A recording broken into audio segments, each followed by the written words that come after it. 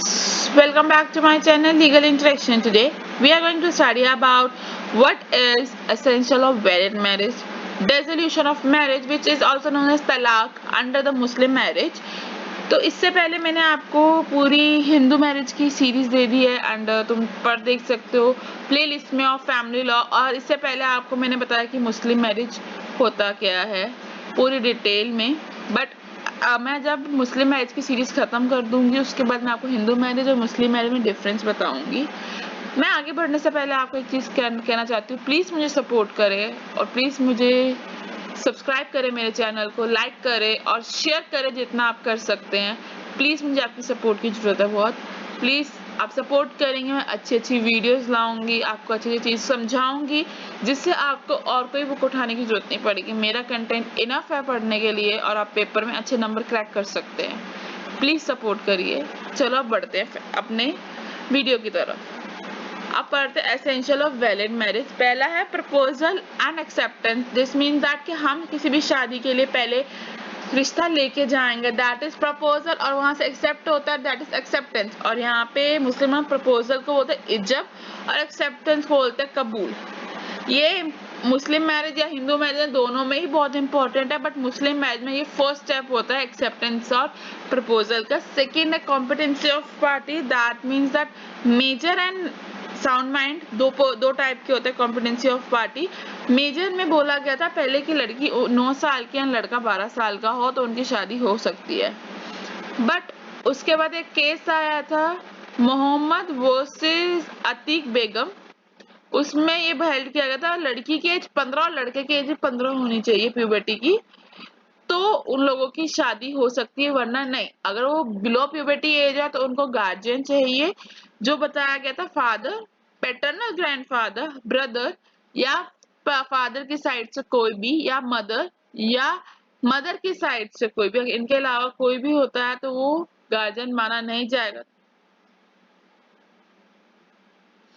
ठीक है, अब अगला है sound minded person. Sound minded person इसमें मतलब है जब शादी हो रही है तो पार्टी साउंड माइंडेड होनी चाहिए। अगर वो अनसाउंड माइंड होगा तो कैपेबल नहीं है in the I of law कि वो शादी कर सकते हैं। दो टाइप के अनसाउंड पर्सन होता है, आइडियो इडियोसी और ल्यूनियसी।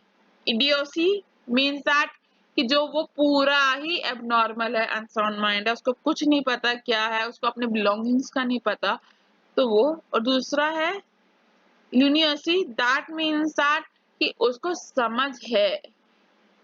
समझ है कि वो जिस समय शादी हो रही है उसको समय वो सेम पर्सन है, बट आफ्टर मैरिज वो इंसेन हो जाता है। तो वो फ्री कंसेंट, शादी एक फ्री कंसेंट होनी चाहिए, मर्जी से होनी चाहिए, फ्रॉड नहीं, जबरदस्ती नहीं। अगर ये चीज है तो वॉइड हो जाएगी। इसका एक है केस है मोहम्मदीन वर्सेस काती जबी काती जबी, सॉरी अगर मैं प्रोनाउंसिएशन थोड़ी गलत हो। तो इसमें ये बोला गया था कि अगर कोई भी मैरिज फ्री कंसेंट नहीं से होती तो वो वॉइड मानी जाएगी, उसको माना ही नहीं जाएगा कि वो मैरिज है। अब है डाउरी। डाउरी मुस्लिम लॉ में मेहर कहा जाता है। मेहर एक रकम होती है जो शादी के वक्त लड़के वालों को दी जाती है एज अ सिक्योरिटी, और जब शादी टूट जाती है तो वो सिक्योरिटी वापस ली जाती है। इसका एक केस था नाजिर बेगम वर्सेस रिजवान अली। ये इलाहाबाद कोर्ट का केस है। इस कोर्ट में ये बोला गया था, कोर्ट ने कहा था हाई कोर्ट ने, कि अगर लड़की माइनर है तो लड़की के घर वाले उसको उसके हस्बैंड के पास मर्जी है कि उसको भेजना है कि नहीं। अगर वो वहां पे है तो वो उसको वापस बुला सकते हैं जब तक मेहर की रकम वापस नहीं हो जाती तब तक। ठीक है, अगला है फ्री फ्रॉम लीगल डिसेबिलिटी। इसका है पहला एब्सोल्यूट प्रोहिबिशन, जहां पर हम अपनी फैमिली मेंबर जैसे ब्लड रिलेशन में शादी नहीं कर सकते। जैसे हमने हिंदू लॉ में पढ़ा था स्पेंडर रिलेशनशिप, जहां पे हम ब्लड रिलेशन से शादी नहीं कर सकते, वैसे ही इसमें अगर हमने ब्लड रिलेशन में शादी करी तो हमारा वॉइड माना जाएगा। अगला है इसी का रिलेटिव प्रोहिबिशन, जहां पर under Muslim marriage certain prohibition are relative और non absolute. If if marriage takes place in a violation of such prohibition, it is only irregular and it cannot be declared as void.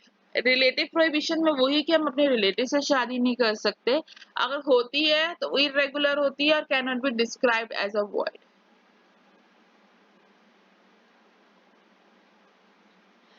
अगला है miscellaneous prohibition, उसमें है marriage during the पिगमेसी of consideration और void in सेना law, remarriage between the divorce couple, polyandry मतलब remarriage in the divorce couple, अभी भी डाइवोर्स हुआ तो उनके दो जिसका डाइवोर्स है उसी की शादी उससे, मतलब कि हस्बैंड एंड वाइफ का डाइवोर्स है और दोनों ही दोबारा शादी करना चाहते हैं तो वो भी नहीं हो सकता। और polyandry, if it refers to the condition in which a woman can have more than one husband, it is not permitted under the Muslim law। कि इसका मतलब है कि वुमेन के एक से ज्यादा हस्बैंड हो सकता है, बट ये परमिटेड मुस्लिम लॉ में नहीं है। मुस्लिम लॉ में वुमेन के एक से ज्यादा हस्बैंड नहीं हो सकते, अगर होते हैं तो वॉइड होता है। अब पढ़ते हैं डिसोल्यूशन ऑफ मैरिज। मैंने यहाँ चार्ट बनाया है, एक मिनट, सॉरी मैंने आपके लिए यहाँ चार्ट बनाया है। दो टाइप के डिसोल्यूशन, बाय डिवोर्स या बाय डेथ। बाय डिवोर्स में आपका आता है husband wife mutual consent judicial. अब हस्बैंड में तलाक, तलाक के भी दो है, तलाक उल सुन्नत और तलाक उल बिद्दत, और दूसरा है इला और जिहार। और वाइफ का है तलाक ई तफीज, और म्यूचुअल का है खुला नामा मांग सकते हैं या फिर मुबारक, और जुडिशियल का है लेन और फजक। और बाय डेथ आपको मैं आगे जाके एक्सप्लेन करूंगी, उसमें कुछ नहीं, बस समझना है कि बाय डेथ कैसे हम डाइवोर्स ले सकते हैं। ठीक है, चलो अब शुरू करते हैं। तलाक, बेसिकली तलाक है क्या? तलाक एक डेसोल्यूशन ऑफ मैरिज, जहां मैरिज खत्म होती है, जैसे हम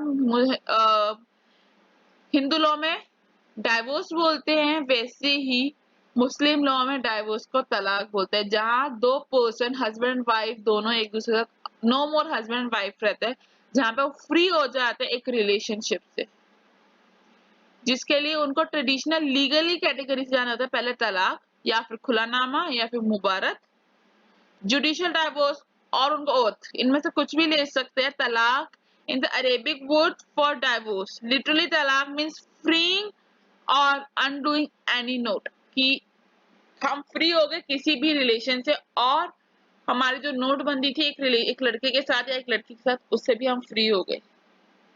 अब हमारे पास तलाक बाय हस्बैंड वाले में दो तरह के हैं, तलाक उल सुन्नत और तलाक उल बिद्दत।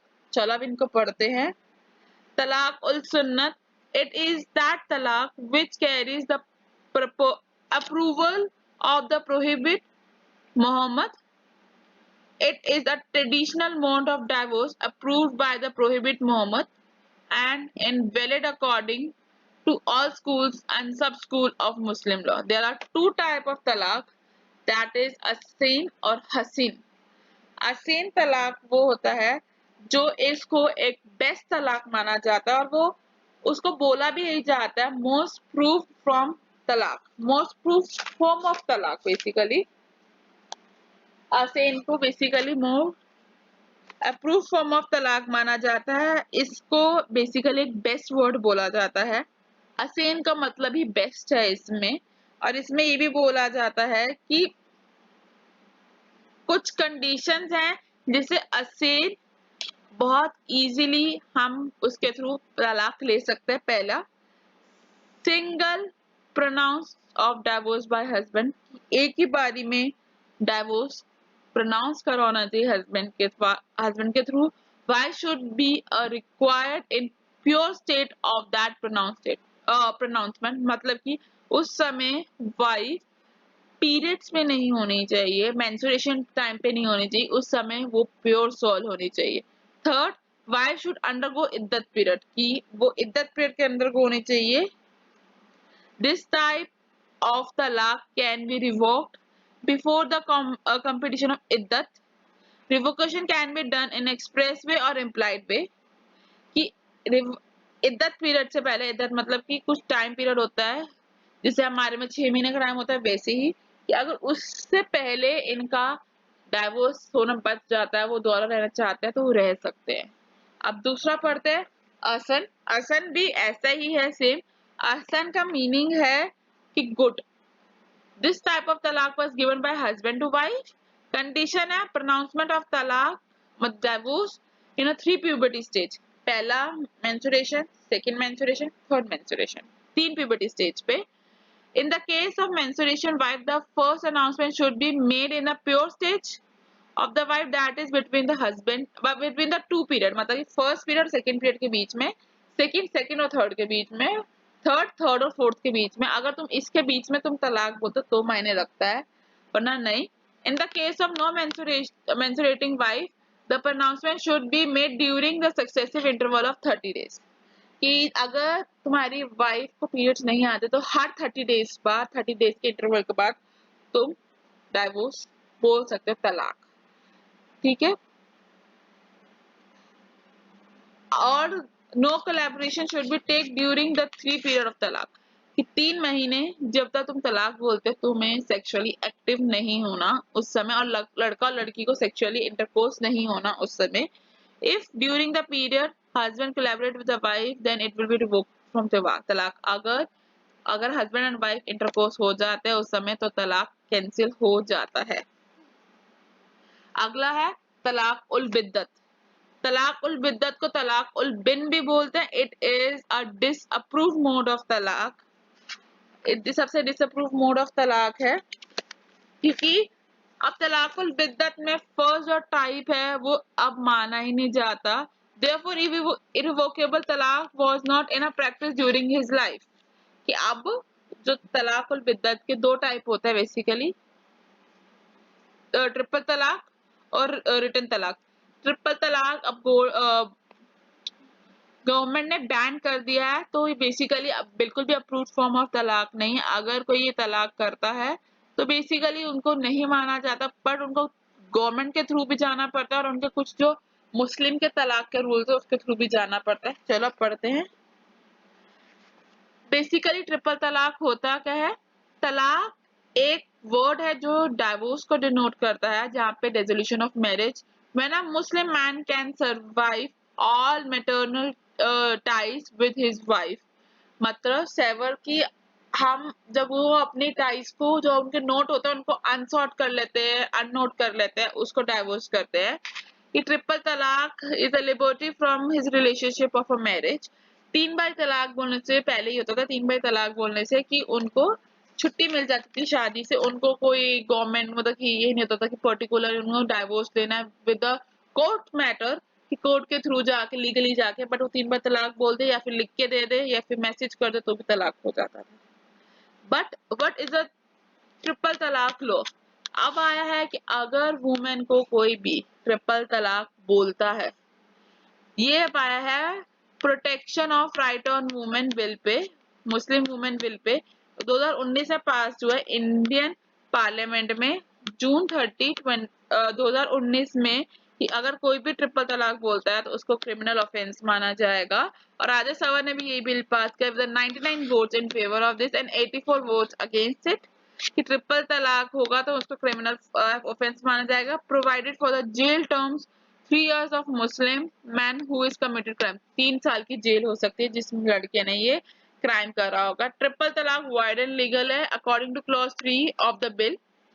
जो बिल पास हुआ है प्रोटेक्शन ऑफ मुस्लिम वुमेन के थ्रू, उसके क्लॉज 3 में एनी प्रोनाउंसमेंट ऑफ ट्रिपल तलाक was made by a person to his wife, either spoken or written or in electronical mode or in any other form, whatever shall be avoid void and illegal। किसी भी mode में legal मतलब कि electronical mode में, return mode में बोल के कुछ भी तो भी वो इलीगल ही माना जाएगा। पनिशमेंट क्या है इसकी? 3 साल की सजा है जो कि वो मैन को फेस करनी पड़ेगी और विद फाइन के साथ। Custody of children clause 6 may define in chapter 3 of the bill that the state a married Muslim woman shall be entitled to custody of her minor children in the event of pronouncement of talaq by husband in such manner as may be determined by magistrate। कि magistrate ने बोला है कि अगर कोई भी लड़का 3 बार तलाक बोलता है और उसका बच्चा माइनर है तो वो लड़की मतलब वुमेन अपने बच्चों को अपने साथ रख सकती है और उसकी कस्टडी आराम से ले सकती है अंडर क्लॉज 6 ऑफ बिल। ठीक है, अब है इला एंड जिहर। ठीक है, अब पहले हम पढ़ेंगे इला क्या होता है, फिर मैंने जिहर पीछे भी एक्सप्लेन कर रखा बट यहाँ पे हेडिंग डाल दी थी, तो डोंट माइंड दैट। इला बेसिकली, एक minute, okay okay. Beside talaq, a Muslim husband can repudiate his marriage by two other modes that are ilah and zihar. They are called constructive divorce. In ilah, the husband take an oath not to have sexual intercourse with the wife. इला में ये बोला जाता है कि हम divorce दो और तरीके से लिया जाता है, इला और जीहर के थ्रू। इला में ये बोला जाता है कि हस्बैंड ओथ लेता है मैं अपनी वाइफ को इंटरकोर्स नहीं करूंगा। Followed by this oath there is a no consummation for a period of 4 month. 4 महीने के लिए कोई भी इंटरकोर्स नहीं होता जब तक उनका डाइवोर्स ना हो जाए तब तक। और जिहा में क्या, in this mode the husband compare his wife with other. अगर कोई भी हस्बैंड अपने वाइफ को किसी और के साथ कंपेयर करे तो इसमें जैसे वो अपनी मदर, सिस्टर या ग्रैंड मदर किसी के साथ भी कंपेयर करे तो husband would say that from the today the wife is like this wife is like his mother और सिस्टर, तो उसके थ्रू भी वाइफ डाइवोर्स ले सकती है हस्बैंड से, क्योंकि उसमें वाइफ की इंसल्ट होती है, तो wife can file a divorce again husband against जिया। तलाक उल तवीज।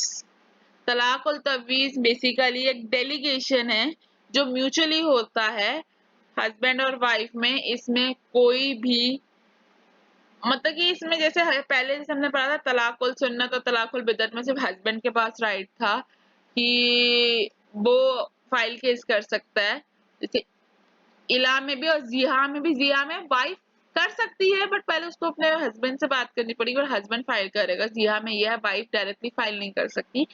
वैसे ही तलाक एक तफवीज में जैसा राइट हस्बैंड के पास है वैसा ही राइट वाइफ के पास भी है कि वाइफ भी जाके डायरेक्ट केस फाइल कर सकती है, उसको हस्बैंड से कोई परमिशन लेने की जरूरत नहीं है, क्योंकि जब वो एक फ्री कंसेंट के साथ एक रिलेशन में आए थे तो वैसे ही हस्बैंड का भी और वाइफ के पास भी वैसे ही राइट है, वो फ्री कंसेंट के साथ डेलीगेट हो सके, डिसॉल्व कर सके अपना रिलेशनशिप को। ठीक है, अब अगला खुला नामा। खुला दैट मीन्स हमें शादी खत्म करनी है, डाइवोर्स। ये आता है हमारा म्यूचुअल कंसेंट से। इसमें दोनों के साथ ही म्यूचुअल कंसेंट होता है और दोनों अपना खुला नामा मांगते हैं काजी से। वो रिक्वेस्ट करते हैं कि हमारा डाइवोर्स कर दो। डाइवोर्स को एक खुला भी बोलते हैं कि मुझे मेहर की रकम वापस कराई जाए और मेरे को डाइवोर्स कर दिया जाए। और अगला है मुबारत। The मुबारत literally means that obtaining release from each other, कि एक दूसरे से अलग हो जाना आराम से म्यूचुअली, कोई वो नहीं है कि कोर्ट जाना है। हाफिज लॉ के थ्रू, अंडर हाफिज लॉ के थ्रू ये है, और इससे भी हम वैसे ही काजी के पास जाते हैं और मुबारत कर लेते हैं कि हम मेरे को खुला चाहिए, मुझे म्यूचुअली डाइवोर्स करना है। ठीक है, लीन। लीन basically it is a false charge on a wife of adultery. लीन में है कि अगर हस्बैंड फॉल्स चार्ज लगाता है वाइफ के ऊपर एडल्ट्री का, तो wife has a right to file a case against her husband that उसने मेरे ऊपर गलत आरोप लगाया है, तो हस्बैंड को जो सजा हो सकती है। और सजा की बात नहीं है बट हस्बैंड को डाइवोर्स देना ही पड़ेगा अपनी वाइफ को, क्योंकि उसने अडल्ट्री का झूठा केस लगाया है और ये मैरिज को वॉइड मान लिया जाएगा उसी समय से। और अगला है फजक। फजक का है कि वाइफ जाती है काजी के पास for resolution of marriage and वो भी ये भी कहती है कि कि मुझे मेंटेनेंस चाहिए। और एक कुरान में लिखा गया है कि अगर हस्बैंड और वाइफ अलग होते हैं तो हस्बैंड को अपनी वाइफ को, अपने चिल्ड्रन को और अपने पेरेंट्स को मेंटेनेंस देना। चिल्ड्रन की सारी पढ़ाई का खर्चा हस्बैंड उठाएगा, उसके रहने का जब तक वो मेजर ना हो जाए तब तक वो कमाए धमाए ना, तब तक कमाए धमाए मतलब कि अर्न ना करे तब तक हस्बैंड अपनी सारी मेंटेनेंस देता रहेगा। अगर उसने मेंटेनेंस नहीं दी तो wife can claim maintenance legally from the court. अब अगला बाय डेथ। बाय डेथ में है जर्नली मैन कह सकता है कि पावर ऑफ अनाउंसमेंट तलाक अपने डेथ से पहले तलाक बोल दे, क्योंकि वो नहीं चाहता, अगर वो नहीं चाहता कि मेरी सारी प्रॉपर्टी मेरी वाइफ के नाम जाए। If the man pronounces irrevocable talaq in the death, illness or dies due before the expire of the iddat period, a wife is entitled to claim his share। इद्दत पीरियड के expire होने से पहले, वही 6 महीने से 4 महीने से पहले अगर उसने तलाक नहीं बोला, प्रोनाउंस उसका तलाक इरिवोक हो गया, तो वाइफ के पास चांस है कि वो अपना शेयर मांग सके। In case of husband death after the expiry of the इद्दत period, then there is no right of the inheritance. अगर तुम्हारी इद्दत पीरियड खत्म हो जाता है और हस्बैंड की डेथ हो जाती है, तो तुम कोई भी शेयर नहीं मांग सकते। लीगल इफेक्ट ऑफ डाइवोर्स क्या है? म्यूचुअल राइट ऑफ इनहेरिटेंस के इसकी म्यूचुअली अलग और म्यूचुअल राइट है किसी भी चीज पे। इलीगली नहीं है। Child born after such intercourse will be illegitimated. Divorce के बाद तुम्हारा, डिवोर्स के टाइम पे तुम्हारा इंटरमेट हुआ और चाइल्ड का बोना, तो उसको इलिगिमेटेड बोला जाएगा।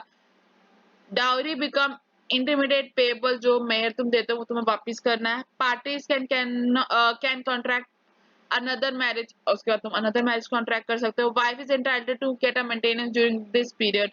इद्दत पीरियड की उसको मेंटेनेंस मिलेगी, चाहे तुम 3-3 बार करके दो, चाहे तुम हर साल दो, वो तुम्हारे ऊपर है। कोर्ट तुम्हें अपने आप बोलता है, चाहे तुम लमसम में दे दो, एनुअली दे दो, या हर दिन दो, हर महीने दो, वो तुम्हारे ऊपर है।